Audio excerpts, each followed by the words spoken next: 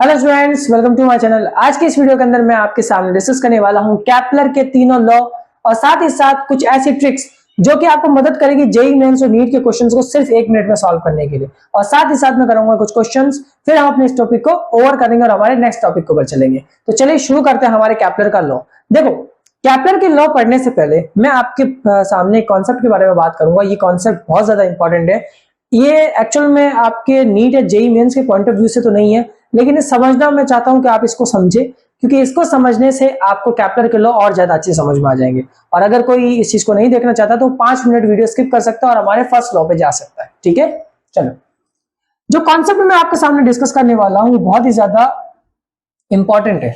देखो, ये हमारा सन है और ये हम मान लेते हैं हमारा प्लेनेट है अर्थ। देखो शुरू में ना, देखो स्टूडेंट्स, शुरू के अंदर ये माना जाता था कि जितने भी प्लैनेट्स है वो एक सर्कुलर पथ में मूव करते हैं सन के अराउंड। भाई शुरू शुरू में तो यही माना जाता था, लेकिन जब बाद में फिजिक्स और मैथमेटिक्स को प्लैनेट्स के ऊपर, प्लैनेट्स की ट्रेजेक्टरी के ऊपर अप्लाई किया गया, तब ये देखा गया कि ये एक्चुअल में एक परफेक्ट सर्कल में मूव करते ही नहीं। और उसके पीछे कुछ बहुत बड़े बड़े रीजन सामने आए। पहला रीजन जो ये था वो तो ये था टाइम पीरियड। ये देखा गया कि हर प्लैनेट को अलग अलग टाइम लगता है सन के अराउंड रिवॉल्व होने में। जैसे हमारा अर्थ है, उसको 365 दिन लगते हैं। वीनस है तो उसको अलग टाइम लगता है, नेपट्यून है तो उसको अलग टाइम लगता है। मतलब सन के अराउंड चक्कर पूरा करने में हर प्लैनेट को अलग अलग टाइम लगता है। अब सिर्फ टाइम पीरियड से ये कह देना कि हमारा जो ऑर्बिट है, यानी कि हमारा जो ये ऑर्बिट है वो सर्कुलर ना होकर इलिप्टिकल है, ये तो बड़ी नॉनसेंस से बात होगी, क्योंकि टाइम पीरियड के आधार पर तो हम ये बात बोल ही नहीं सकते। बिल्कुल, ये बहुत अच्छा टॉपिक है और ये बिल्कुल लॉजिकफुल बात थी कि सर टाइम पीरियड के आधार पर आप ये कैसे कह सकते हो कि जो प्लैनेट्स है वो सर्कुलर पथ में मूव नहीं करके इलिप्टिकल पथ में कर रहे हैं। तो देखो, इसको मैं एक एग्जांपल से समझाता हूं, जरा समझिएगा। मान लेते हैं ये एक सर्कल है और आप और मैं दोनों जानते हैं कि सर्कल के अंदर हर पॉइंट से रेडियस इक्वल होती है। रेडियस क्या होती है? इक्वल। हर पॉइंट से सर्कल की आपको रेडियस इक्वल मिलेगी, ये बात तो ठीक है। अब मान लेते हैं ये सेंटर हमारा सन है और इस पॉइंट पे हमारा अर्थ बैठा है। इस पॉइंट पे हमारा अर्थ बैठा, ठीक है। तो अर्थ अगर सन के अराउंड मूव करेगा ऐसे ऐसे ऐसे, तो उसकी वेलोसिटी हमेशा कांस्टेंट होनी चाहिए। वेलोसिटी क्या होनी चाहिए? कांस्टेंट होनी चाहिए। अब अगर उसकी वेलोसिटी कांस्टेंट होगी ना, तो इसका मतलब जानते हो? इसका मतलब ये होगा कि सर्दियों में जो रातें बड़ी हो जाती है और दिन छोटे हो जाते हैं, और गर्मियों में दिन बड़े और रात छोटे हो जाते हैं, वो कभी होगा ही नहीं। मतलब ये फिनोमिना तो कभी हो ही नहीं सकता, डेफिनेटली कभी जिंदगी में नहीं होगा ये फिनोमिना। क्यों नहीं होगा सर ये फिनोमिना? क्योंकि आपने ये कह दिया कि ये सन से इक्वल डिस्टेंस पर है सर्कुलर पथ में। अब सर्कुलर पथ में होने की वजह से ये हमेशा एक फिक्स डिस्टेंस पर ही रहेगा, ये कभी सूरज के करीब नहीं जाएगा और ना सूरज से कभी दूर जाएगा। ये बात लॉजिकफुल है कि नहीं है? क्यों? ये सर्कल के अंदर तो एक फिक्स डिस्टेंस होती है और वो कभी चेंज नहीं होती, मतलब रेडियस तो कभी चेंज नहीं होती। तो इसका मतलब हमारा अर्थ हमेशा एक फिक्स डिस्टेंस पे मूव करेगा, फिक्स डिस्टेंस पे ही मूव करेगा। अब अगर ये फिक्स डिस्टेंस पे मूव करेगा तो हमारा जो सर्दी और गर्मी का जो कॉन्सेप्ट है वो तो खत्म ही हो जाएगा, ठीक है। दूसरी सबसे बड़ी बात तो ये थी वेलोसिटी कांस्टेंट, लेकिन नेचुरली ये देखा गया कि वेलोसिटी कांस्टेंट नहीं होती है। क्यों नहीं होती है सर? क्योंकि जब अर्थ पृथ्वी से दूर होता है तो उसकी वेलोसिटी कम होती है, और जब वो सॉरी मुझसे गलती हुई, जब अर्थ सन से दूर होता है तो उसकी वेलोसिटी कम होती है, और जब अर्थ सन के करीब होता है तो वेलोसिटी ज्यादा होती है, ठीक है। इसीलिए हमारा दिन छोटा हो जाता है। हमारा दिन क्या हो जाता है? छोटा, और रातें बड़ी हो जाती है। समझ आया आपको? अब सर जब हम इस पर मैथमेटिक्स अप्लाई करेंगे तब हमें पता चला कि एक ऐसा शेप भी इस दुनिया में एग्जिस्ट करता है जो कि इन सारी कंडीशंस को क्या करे? फुलफिल करे। कौन सा? टाइम पीरियड का, और जिसमें वेलोसिटी भी क्या हो? वेरिएबल हो, कांस्टेंट नहीं हो सकती वेलोसिटी। क्योंकि अगर मैं सर्कुलर पथ में बात करूं तो वेलोसिटी कांस्टेंट होनी चाहिए, लेकिन नेचुरली तो वेलोसिटी कांस्टेंट है ही नहीं, वेलोसिटी तो चेंज हो रही है। डे बाय डे चेंज हो रही है, ठीक है। तो इस वजह से हम ये कहते हैं कि भाई ये जो प्लैनेट्स है वो सर्कुलर पथ में रिवॉल्व ना करके इलिप्टिकल पथ में रिवॉल्व करते हैं। और इसी चीज को समझाने के लिए केपलर ने 3 लॉ दिए, और ये तीनों लॉ जो बातें मैंने अभी बताई है वो सारी बातों को क्लियर करते हैं और कवर करते हैं। तो इसलिए ये तीनों लॉ हम पढ़ते हैं और यही हमारा काम है। तो ये देखो मैंने ये समझाया आपको, और ये समझाना बहुत जरूरी था मेरे पॉइंट ऑफ व्यू से। जेईई मेंस और नीट में के सिलेबस में ये चीजें नहीं है, ठीक है, वहां पर सीधे केपलर के लॉ है। ये तो मैंने समझाने के हिसाब से आपके लिए लाया हूं। अगर आपको अच्छा लगा हो तो इसके लिए एक लाइक तो बनता ही है और शेयर भी बनता है, और अगर कमेंट जरूर करें अगर आपको ये इन्फॉर्मेशन अच्छी लगी हो। जेईई मेंस और नीट के पॉइंट ऑफ व्यू से आपके कभी काम नहीं आएगा ये, लेकिन वहां आपसे कोई नहीं पूछेगा ये कि भाई सर्कुलर पथ में मूव क्यों नहीं करता, इलिप्टिकल में मूव क्यों करता, ये क्वेश्चन कभी आपसे नहीं पूछेगा, ठीक है। ये सिर्फ एक जानकारी है जो मैं आपके साथ शेयर करना चाहता हूं। अब बात करते हैं हमारा पहला लॉ, इलिप्टिकल पथ। तो हमारा पहला लॉ है the first law of Kepler, the first law of Kepler या फिर केपलर्स फर्स्ट लॉ। मुझे थोड़ा लंबा बोलने की आदत है इसलिए फर्स्ट लॉ ऑफ केपलर बोल दिया। चलो, केपलर का पहला लॉ ये कहता है कि जितने भी प्लैनेट इस दुनिया में एग्जिस्ट करते हैं वो सन के अराउंड इलिप्टिकल पथ में मूव करते हैं। ये एक इलिप्टिकल पथ होता है, बिल्कुल परफेक्ट बनाया मैंने, पहली बार कुछ अच्छी से हुई है, ठीक है। ये इसका सेंटर होता है, ये होती है इसकी एक्सिस, इसको कहते हैं मेजर एक्सिस। अगर आपने थोड़ा बहुत इसके बारे में पढ़ा होगा इलिप्स के बारे में तो आपको पता होगा, मैथमेटिक्स के स्टूडेंट्स को तो बिल्कुल पता होगा। ये है हमारी माइनर एक्सिस, ठीक है। ये होते हैं हमारे फोकस पॉइंट, इसको C,0 लिख लो, और ये भी हमारा C,0 हो गया, ठीक है। हमारी मेजर एक्सिस की वैल्यू होती है 2 है, माइनर एक्सिस की वैल्यू होती है 2b। ये हमारा सेंटर होता है, ठीक है।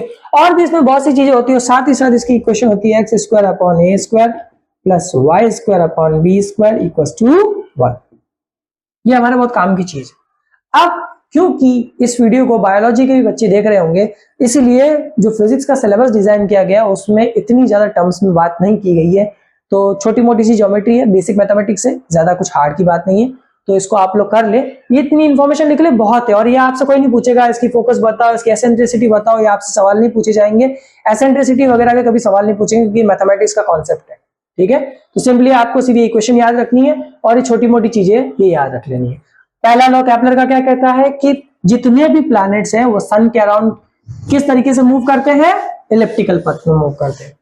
केपलर का पहला लॉ बस यही बात बोलता है, इससे ज्यादा केपलर के पहले लॉ में हम बात भी नहीं करेंगे क्योंकि ज्यादा बात करने से कंफ्यूजन पैदा होती है।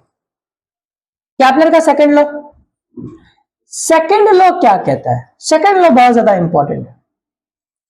सेकंड लॉ ये कहता है कि जो हमारा जो सन है, मैं यहां पर बता रहा हूं, ये हमारा सन यहां पर है, ठीक है, और यहां पर हमारा प्लेनेट है, मान लेते हैं अर्थ।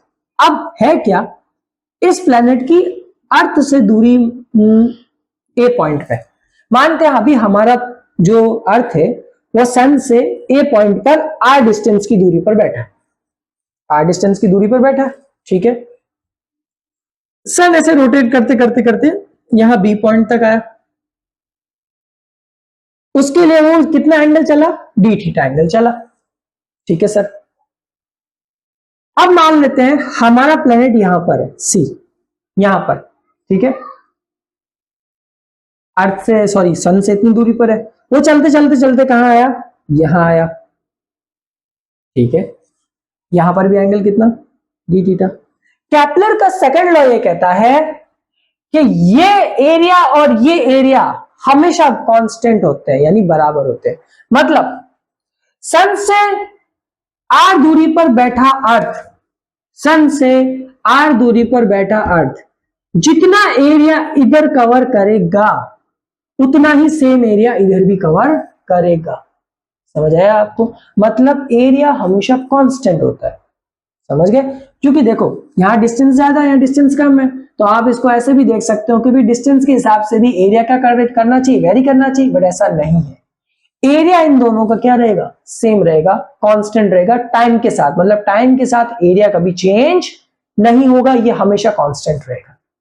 यही केपलर का सेकंड लॉ कहता है। केपलर का सेकंड लॉ हमारा क्या कहता है, फिर से बोल देता हूं, वो ये कहता है कि जितना एक प्लैनेट इधर से एरिया कवर करेगा उतना ही इधर भी एरिया कवर करेगा, यानी कि टाइम के साथ में एरिया हमेशा कांस्टेंट रहता है।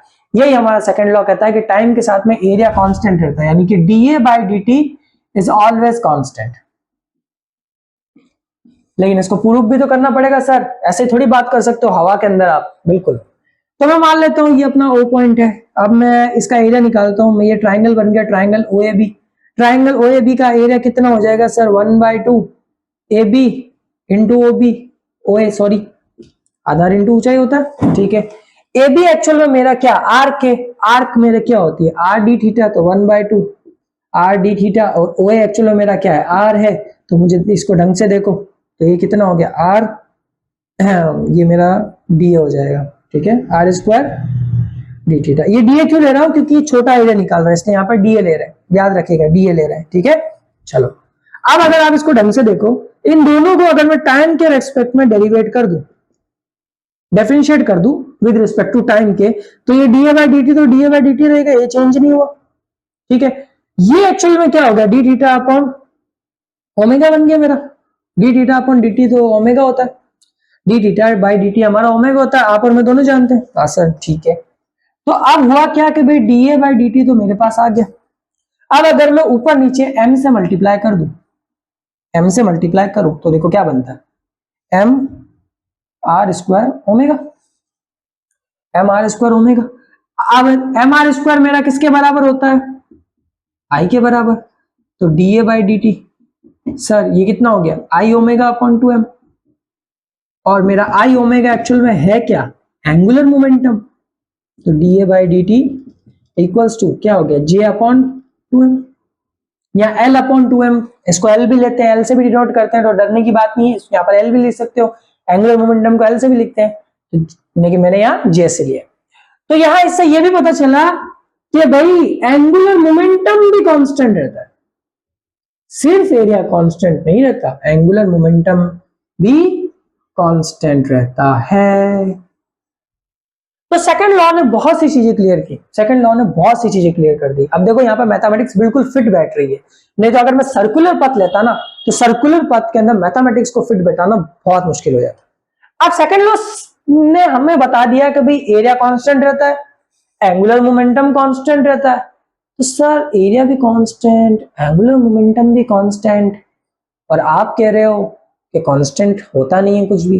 तो मैं जो बात कर रहा था, जो कांस्टेंट नहीं होना चाहिए वो है वेलोसिटी। तो याद रखिएगा, मेरी उस बात को यहां पर कोई कनेक्ट करने की कोशिश ना करे कि सर ने अभी तो कहा वेलोसिटी कांस्टेंट नहीं होनी चाहिए, तो मैंने वेलोसिटी के बारे में बात की कि वेलोसिटी कांस्टेंट नहीं होनी चाहिए।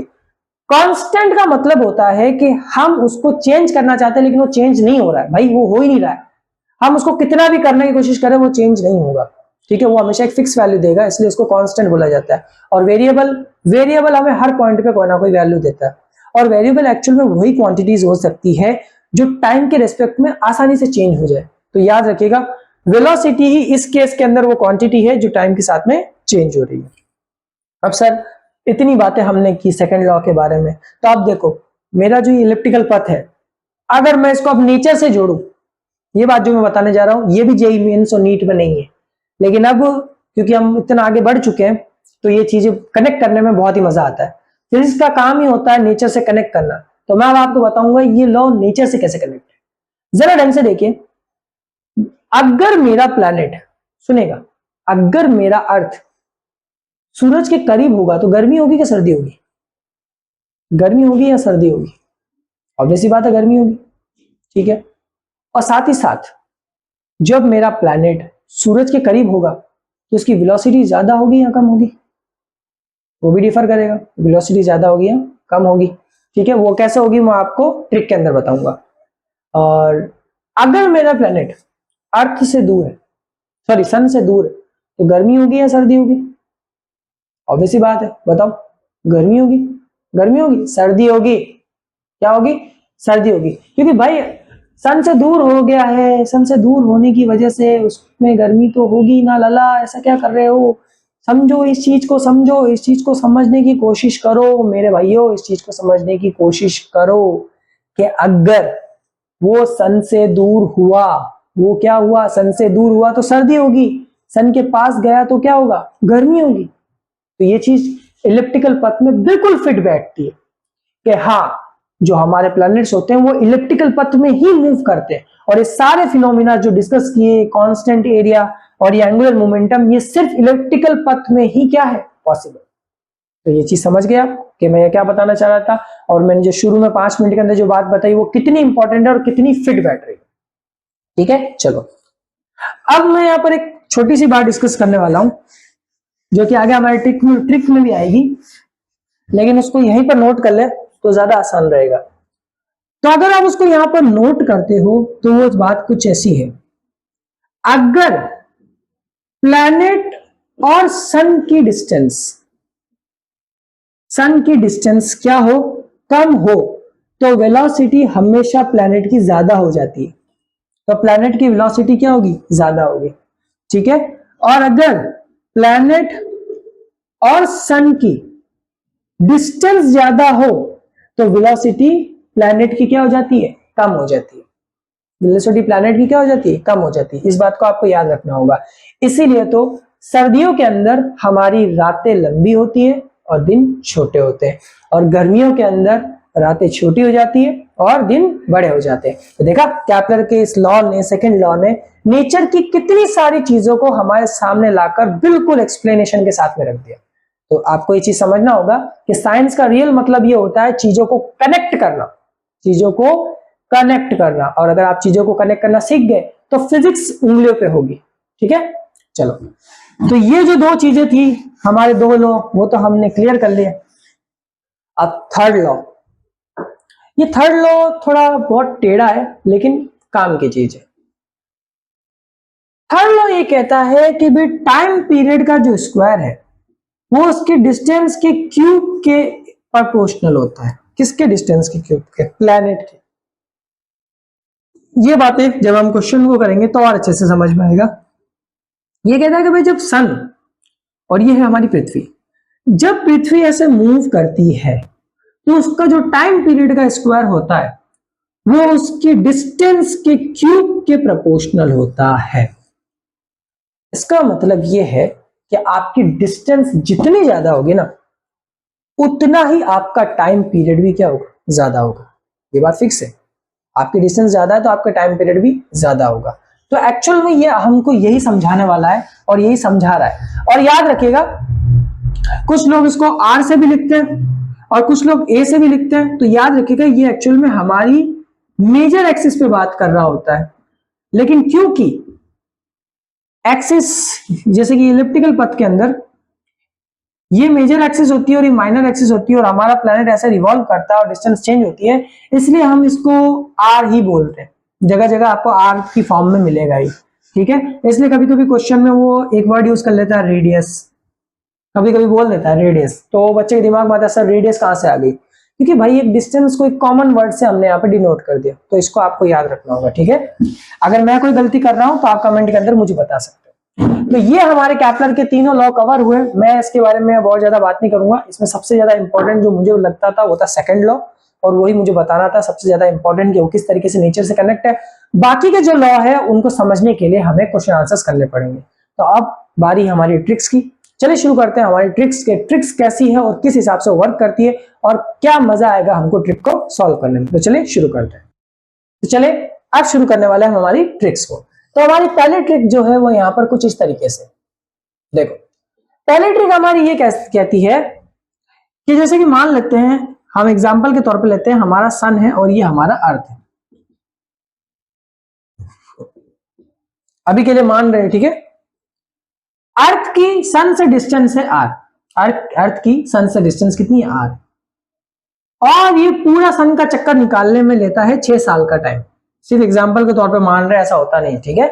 6 साल का टाइम, ठीक है, 6 साल का टाइम ले रहा है। अब अगर मैं ये करूं कि इस प्लैनेट की डिस्टेंस को बढ़ाकर कर दूं 3R, अब अर्थ को कितना टाइम लगेगा इस ऑर्बिट को पूरा करने में या रिवॉल्व करने में।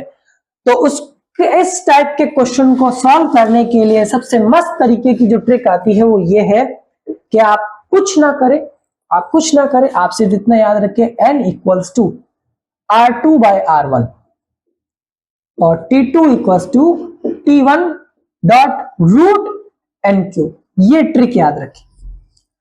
T1 हमारा वो टाइम पीरियड जो क्वेश्चन में दे रखा होगा, n क्या है R2 बाय R1, R1 हमारी पहले वाली डिस्टेंस होगी और R2 हमारी दूसरी वाली डिस्टेंस होगी। अब इसको एक एग्जांपल के तौर पे करते हैं। देखो एक एग्जांपल है, क्वेश्चन आपको यहां पर स्क्रीन पर आ जाएगा, लिखा है planet is orbiting a star at a distance r, ठीक है, at a distance r with an orbital period of 8 years. If the planet were moved to a new orbit at a distance 4r, what would be its new orbital period? तो देखो कुछ नहीं करना, बोला है कि भाई इसका जो इनिशियल टाइम पीरियड था, यानी कि शुरू में जो टाइम पीरियड था वो हमारा कितना था 8 इयर्स, और इसकी डिस्टेंस कितनी थी r1 r थी। अब हमको बताना है इसका न्यू वाला, यानी कि न्यू टाइम पीरियड, वो हमें पता नहीं है तो उसको हम ले लेंगे T2, ठीक है, ये हमारा हो गया T1 और उसकी डिस्टेंस कितनी होगी भाई, क्वेश्चन में दे रखा है R2 कितना है 4 है, तो कुछ नहीं करना, 4R सॉरी, कुछ नहीं करना है, सबसे पहले n की वैल्यू निकाल लो।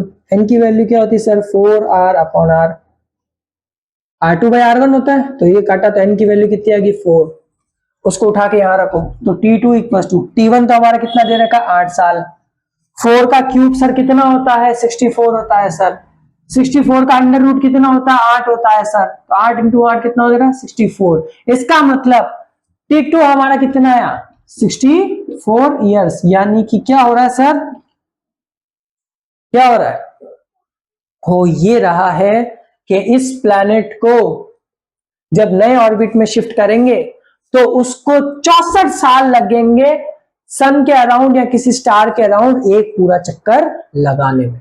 तो ये ट्रिक इस तरीके से काम करती है। अगर एक ऐसा क्वेश्चन आपके सामने आए जिसमें आपको दो अलग अलग डिस्टेंस दे रखी हो, एक टाइम दे रखा हो और आपसे कहे न्यू टाइम पीरियड निकालो, तो इस ट्रिक की मदद से आप फाइंड आउट कर सकते हो। एक बार इसको देख लीजिए, लिख लीजिए आराम से, ठीक है। चलो अब हमारी सेकेंड ट्रिक, जरा वो भी देख लेते हैं भाई। सेकेंड ट्रिक एक्चुअल में हमारी क्या है, हमारी सेकेंड ट्रिक कहती है वेलोसिटी और डिस्टेंस में रिलेशन, वेलोसिटी एंड डिस्टेंस में रिलेशन को। अब सर ये क्या गला सॉरी ये क्या बला है, गला सॉरी गलत बोल गया मैं, ये क्या बला है। तो देखो अगर क्वेश्चन में हमसे पूछे कि भाई, अगर हमें क्वेश्चन में पूछे या फिर क्वेश्चन में दे रखा है, मैं आपको कुछ चीज क्लियर करता हूं, ये दो टर्म्स है, कहीं पर लिख लीजिएगा। ये एक स्टार है और ये कोई प्लैनेट है, वो इसके अराउंड ऑर्बिट कर रहा है, ठीक है। तो इसके ऑर्बिट का जो सबसे दूर वाला पॉइंट होता है उसको बोलते हैं एफिलियन, फारदेस्ट पॉइंट, बेस्ट पॉइंट। और अगर जो नियरेस्ट पॉइंट होता है या फिर क्लोजेस्ट पॉइंट, उसको बोलते हैं पेरिलियन। ये आपको याद रखना होगा, ठीक है। तो अब होता क्या है और ये क्वेश्चन क्यों आएगा और किस तरीके से आएंगे वो भी देख लेते हैं। देखो मैंने अभी एक चीज बताया कि अगर हमारी प्लैनेट से सॉरी हमारे सन से अगर अर्थ की डिस्टेंस ज्यादा होती है, यानी अगर डिस्टेंस ज्यादा होती है तो वेलोसिटी कम हो जाती है, और डिस्टेंस अगर कम होती है तो वेलोसिटी बढ़ जाती है। इसका मतलब वेलोसिटी और डिस्टेंस इनवर्स प्रोपोर्शनल है, वेलोसिटी और डिस्टेंस इनवर्स प्रोपोर्शनल है। तो यहां पर एक रिलेशन फाइंड आउट होता है, जरा वो देखते हैं। यहां पर एक रिलेशन आता है बहुत काम का, वो है VP RP equal to VA R है, velocity at perihelion, distance of perihelion, velocity of aphelion और डिस्टेंस ऑफ एम्फिलियन। ये यानी कि हमारे पास में आएंगे क्वेश्चन इस तरीके से कि भाई एक डिस्टेंस दे रखी होगी और उस पर प्लैनेट की कोई वेलोसिटी होगी, और साथ ही साथ एक छोटी डिस्टेंस दे रखी होगी, उस पर आपको क्वेश्चन पूछ लेगा कि भाई इस पर वेलोसिटी बताओ, तो आराम से बता सकते हैं। तो कुछ नहीं करना है, सिंपल सा एक क्वेश्चन में करवा देता हूं। क्वेश्चन है, a satellite is in an elliptical orbit around earth, its speed at the closest point यानी कि पेरिलियन, which is 7,000 किलोमीटर, यानी कि जो हमारी पेरिलियन की स्पीड है वो है वही 7,000 kilometre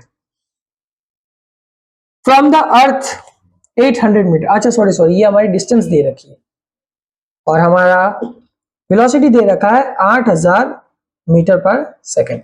calculate its speed at the largest point, farthest point, if that point is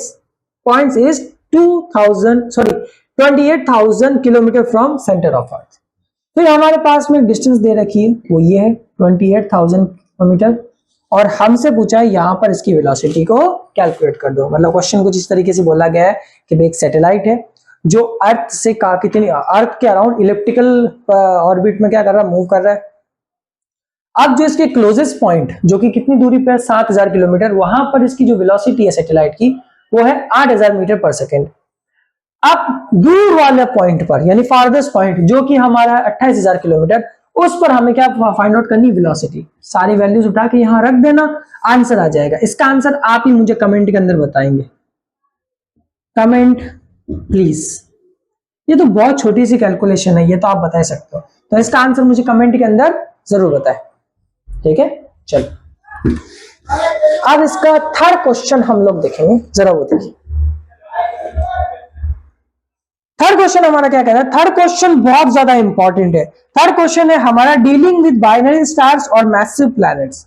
dealing with binary stars और मैसिव प्लैनेट्स, जरा इसको समझते हैं, इसका मतलब क्या होता है। जैसे कि मैं आपके सामने बता देता हूं, हम अब दो बड़े बड़े प्लैनेट्स लेते हैं, एक का मास m1 और दूसरे का मास m2। वो इस तरीके से मूव कर रहे होंगे और उनके बीच में एक सेंटर होगा और उन दोनों के बीच की डिस्टेंस होगी r। एक्चुअल में ये बाइनरी, एक्चुअल में ये हमारा कुछ कहलाता है, इसका नाम है भाई बैरी सेंटर। बैरी सेंटर वो सेंटर होता है जिससे कि हमारे दो ऑब्जेक्ट के बीच की डिस्टेंस डिसाइड होती है, जहां पर जिसको हम सेंटर मानकर ये कहते हैं कि ये प्लैनेट्स इस तरीके से रिवॉल्व कर रहे हैं, ठीक है, वो बैरी सेंटर होता है। और बैरी सेंटर एक्चुअल में अक्सर वहां पाया जाता है जहां मास ज्यादा होता है, मतलब जिस प्लैनेट का मास ज्यादा होगा उसकी तरफ आपको बैरी सेंटर मिलेगा, तो आपको ये याद रखना होगा। अब सर ये ट्रिक हमारे कैसे काम आएगी, इस तरीके के क्वेश्चन आते हैं क्या? बिल्कुल आते हैं। देखो बैरी सेंटर वाले क्वेश्चन हमें कुछ इस तरीके से पूछे जाते हैं। कभी हमसे कह रहे हैं, यहाँ पर पहले मैं कुछ है वो बताना चाहूंगा। वो लिखा हुआ है, when dealing with binary stars or a planet that is massive enough to significantly pull on its host star, both bodies orbit shared center of mass। याद रखना, ये कह रहे हैं कि जब भी दो प्लैनेट आपस में मूव करते हैं, यानी कि एक इलिप्टिकल पथ में दो मैसिव बॉडीज यानी बहुत बड़े बड़े मास की बॉडी मूव करती है, तो वो सेंटर ऑफ मास को आपस में शेयर करते हैं। सेंटर ऑफ मास को आपस में क्या कर देते हैं, शेयर कर देते हैं। और मैंने जैसा भी बोला, जितना ज्यादा मास होगा हमारा सेंटर ऑफ मास उसी की तरफ झुका हुआ होगा। अगर मान लेते हैं m2 बहुत ज्यादा है, मतलब बहुत ज्यादा से मतलब बहुत लिटिल बिट, इतना भी ज्यादा नहीं, थोड़ा सा लिटिल बिट, तो होगा ये कि वो मास, सेंटर ऑफ मास उस तरफ झुका हुआ होगा। और अगर नहीं है, मान लेते दोनों का मास सिग्निफिकेंटली बराबर है, तो सेंटर ऑफ मास कहीं यहां पर होगा और ये दोनों प्लैनेट उसी के अराउंड क्या करेंगे, मूव करेंगे। एक चीज मैं जो यहाँ पर कहना चाहूंगा, अगर किसी बच्चे को डाउट आ रहा हो कि सर आप रुक रुक के बहुत बोल रहे हो, तो देखो ये ट्रिक्स है ना, इनको मुझे पहले समझाना पड़ेगा आपको कि अप्लाई कैसे होती है। नहीं तो अभी मैं डायरेक्ट अगर सीधे स्टेटमेंट लिखकर क्वेश्चन कराऊंगा तो फिर आप ही लोग कमेंट के अंदर मुझसे पूछोगे, या फिर कमेंट के अंदर कुछ ऐसा लिखोगे जो मुझे पसंद ना है कि यार बच्चे ने क्या ही लिखा मेरे बारे में। क्योंकि एक बार किसी बच्चे ने कमेंट में लिखा था कि भाई इमेज थंबनेल तो बहुत अच्छी से बनाई है लेकिन कंटेंट एकदम वल्गर है, तो वो मुझे बहुत ज्यादा बुरा लगा था। इसकी जगह मैं चाहूंगा आप लोग मुझे, अगर आपको मेरी वीडियो पसंद नहीं आती तो आप मुझे ये जरूर कहें कि सर आपने ये गलती की है, और प्लीज ये मुझे कहे। मैं तो चाहता हूं कि कोई बच्चा मुझे कहे, मेरी गलतियों को हाईलाइट करे, क्योंकि मुझे इससे सीखने में मिलता है। लेकिन प्लीज कमेंट थोड़ा सोच समझ के करें, अगले वालों को भी इतना बुरा नहीं लगना चाहिए कि आपको कुछ ऐसा लिख दो जिससे कि अगले को ऐसा लगे कि यार मैं जो कर रहा हूँ वेस्ट है। तो प्लीज ऐसा ना करें। अगर आपको कोई चीज समझ नहीं आ रही है तो आप मुझे बकायदा इंस्टाग्राम पर मैसेज कर सकते हैं, ठीक है, मैं आपको वहां पर भी समझा दूंगा, मैं आपको पर्सनली भी बता दूंगा, इसमें कोई डाउट नहीं है, ठीक है। चलो तो वापस बता देते हैं, दो मैसिव बॉडीज है वो सेम सेंटर ऑफ मास के अराउंड मूव कर रही है, यानी कि same centre of mass share करती है। तो अगर उसके बारे में आपसे कुछ भी चीजें पूछ ले जैसे, तो आपको सिंपली ये टर्म अप्लाई करनी है, r1/r2 m1/m2। ये रिलेशन आपकी मदद करता है किस चीजों को फाइंड आउट करने में, सॉरी m2/m1। आपको ये रिलेशन, इस रिलेशन की मदद से आप कुछ भी फाइंड आउट कर सकते हो, वेलोसिटी, मास, इवन डिस्टेंस भी। अब सर इसका क्वेश्चन कैसा आता है? क्वेश्चन है, two stars in a binary systems have a masses m and 3m. If the distance their centers is r and the star of the mass m moves with a velocity v, what is the velocity of star with mass 3m? अब जो 3m मास का जो star है, हमसे उसकी velocity पूछी। 3m मास का जो है हमसे उसकी क्या पूछी? वेलोसिटी पूछी। तो आराम से बता देंगे सर 3m मास का उसकी वेलोसिटी कितनी होगी। तो कुछ नहीं करना, हमसे वेलोसिटी और मास का रिलेशन ले लो भाई, बस, और किसी का नहीं लेना। ठीक है, छोटे वाला जो मास है, छोटे वाला मास मेरा क्या है? v, उसको मैं vm ले लेता हूं। ठीक है, उसका मास कितना है? m है। छोटे वाले मास की जो वेलोसिटी है उसको मैं vm ले रहा हूं ताकि समझने में आसान है। उसका मास कितना है? m है, तो वो नीचे आएगा। और बड़े वाला मास कितना है? 3m, तो उसका मास कितना आएगा? ऊपर आएगा। अब सर आपने ये m और m देखो, अगर ढंग से देखो, ये पहला मास है इसलिए वो नीचे आए, और ये दूसरा मास है इसलिए वो ऊपर आए। फॉर्मूले के हिसाब से ही मैंने सारा काम किया है। तो हमको कुछ नहीं पूछा, हमसे पूछा भाई वेलोसिटी बताओ 3m वाले की, बता देंगे। m से m कैंसिल, तो 3m मास की जो वेलोसिटी होगी वो होगी vm/3, वो होगी vm/3। समझ आया? यानी कि हमारा जो बॉडी है जिसका मास m है, उसके वेलोसिटी का थर्ड पार्ट होगा हमारी जो जो ट्रिपल मास का है, यानी कि जो 3 गुना मास का है, उसकी वेलोसिटी। समझ आया? मतलब उसकी वेलोसिटी कम हो जाएगी, क्योंकि भाई मास इफेक्ट डालता है, जाहिर सी बात है, इतना ज्यादा मास होगा तो वेलोसिटी तो कम होनी है। तो इसका मतलब इसकी वेलोसिटी कंपैरेबल टू हमारा जो m मास का वेलोसिटी वाला ऑब्जेक्ट है उससे क्या होगा? कम होगा। तो ये बाइनरी सिस्टम के आपके जो पूछे जाते हैं क्वेश्चंस, उसको आपको बहुत अच्छे से डील करना है। तो उसके लिए ये ट्रिक, ये टेक्निक आपके बहुत ज्यादा काम आएगी। तो प्लीज प्लीज प्लीज इसको अच्छे से कहीं ना कहीं नोट कर लीजिए।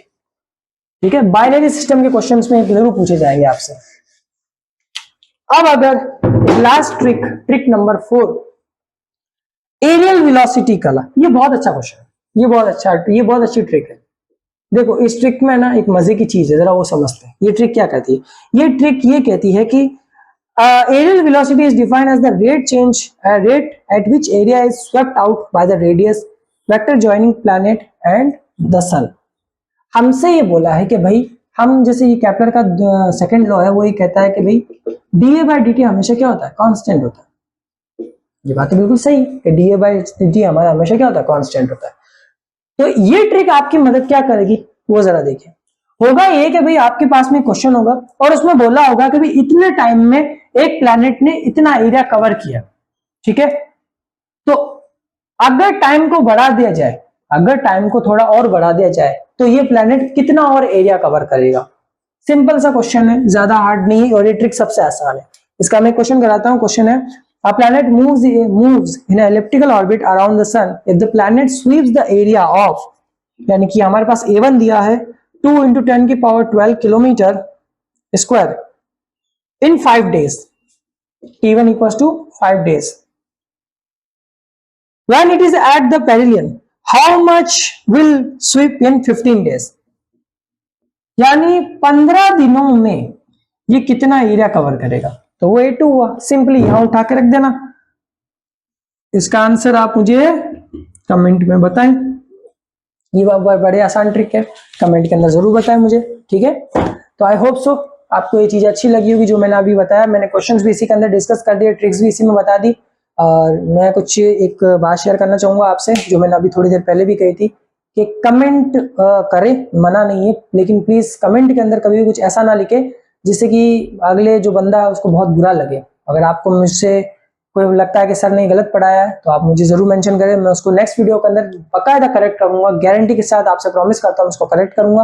और साथ ही साथ मेरा ऐसा मानना है कि फिजिक्स पढ़ाई तभी जा सकती है जब मैं उसको अच्छे से एक्सप्लेन कर सकूं।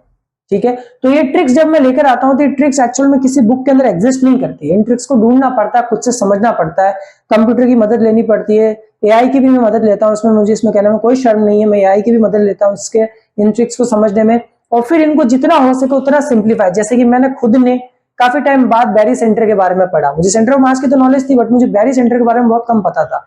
फिर जब मैं बाइनरी सिस्टम के क्वेश्चंस को देख रहा था, तब मैंने बैरी सेंटर के कॉन्सेप्ट को बहुत अच्छे से पढ़ा कि बैरी सेंटर एक्चुअल में क्या होता है। ठीक है। फिर उसके बाद मैंने इस ट्रिक पे काम किया और इस ट्रिक को बहुत इजी तरीके से करने की कोशिश की ताकि आपको समझ आए कि भाई जब दो मैसिव ऑब्जेक्ट एक सेम सेंटर ऑफ मास को शेयर करते हैं तब क्वेश्चन किस तरीके से सॉल्व किया जा सकता है, तब किस तरीके से रिलेशन आ सकता है। आई होप सो आपकी वीडियो अच्छी लगी होगी। और इस तरीके से आज हमारा ग्रेविटेशन का चैप्टर कवर हो चुका है, पूरा कंप्लीट एकदम। अब हमारा नेक्स्ट चैप्टर पे हम जाएंगे। उससे पहले मैं आपसे कहना चाहूंगा, अगर आप मेरे चैनल पर नहीं है तो सब्सक्राइब करें, लाइक करें और शेयर करें। नेक्स्ट चैप्टर बहुत जल्दी आएगा जिसके अंदर हम और भी चीजों को डिस्कस करते चलेंगे। मिलते हैं हमारे नेक्स्ट वीडियो में। सब्सक्राइब करें, लाइक करें और शेयर करना ना भूलें।